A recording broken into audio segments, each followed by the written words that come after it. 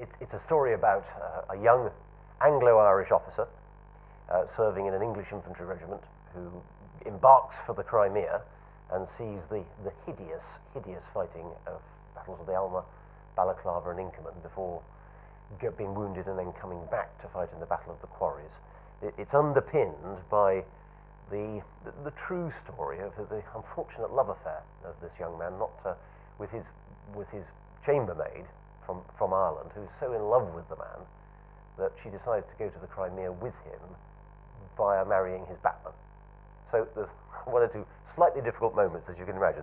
Officer and batman both serving together, sharing the same wife and lover, who eventually finds herself at the end of the novel unfortunately pregnant. I've been researching the novel since I was 7 years old. I first wrote a book. My first attempt to write a book on the Crimea was when I was 7. I've still got it somewhere, which didn't mention anything to do with cavalrymen or nurses, but was actually about the reality of the war. And actually, I looked at it the other day. It's not too bad. Very interested in the campaign, always have been, and very interested in the characters. And I've been exposed to one or two of certainly not necessarily well-known individuals inside the war, but people who saw some extremely difficult, dangerous, and arduous fighting, but at the same time had to endure a campaign that was physically particularly hard and enduringly frightening for those who were involved. The research has involved my regimental research into diaries and books, and also extensive travelling inside the modern Ukraine, down into the Crimea and onto the battlefields. The battlefields themselves are extraordinary, the more obscure ones.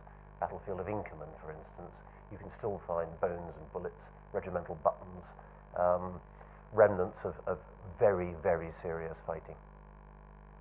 One of the observations that's been made about the book, about writing about a campaign, is that a number of people said, yes, but what's the background to all this? What's the strategy? What are the politics? What are the statesmen up to? Well, the private soldier, the lance corporal and the subaltern didn't give a good goddamn what was going on out there.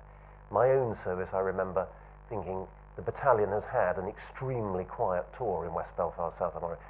One tour we had 5 men killed, but they didn't come from my company or my platoon. So as far as I was concerned, it was a quiet tour. I had no idea of the name of the brigade commander or what division I belonged to. Why would you? And I think what I'm trying to get at with this book is the bubble in which a regimental officer, regimental non-commissioned officers, in which they live, endure, fight, and eventually triumph. Now, I don't think that changes.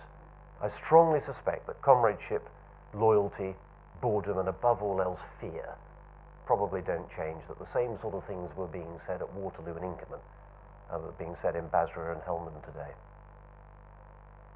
What I've tried to achieve with this, of course, is to make the history as accessible as possible. It's my passion, clearly, but I hope that readers will find this a real page-turner. You've got the lot, stacks of fighting, stacks of sex, well, perhaps not stacks, but anyway, enough in there, a love interest, a pretty convoluted love interest, real baddies, real goodies, and stacks of action.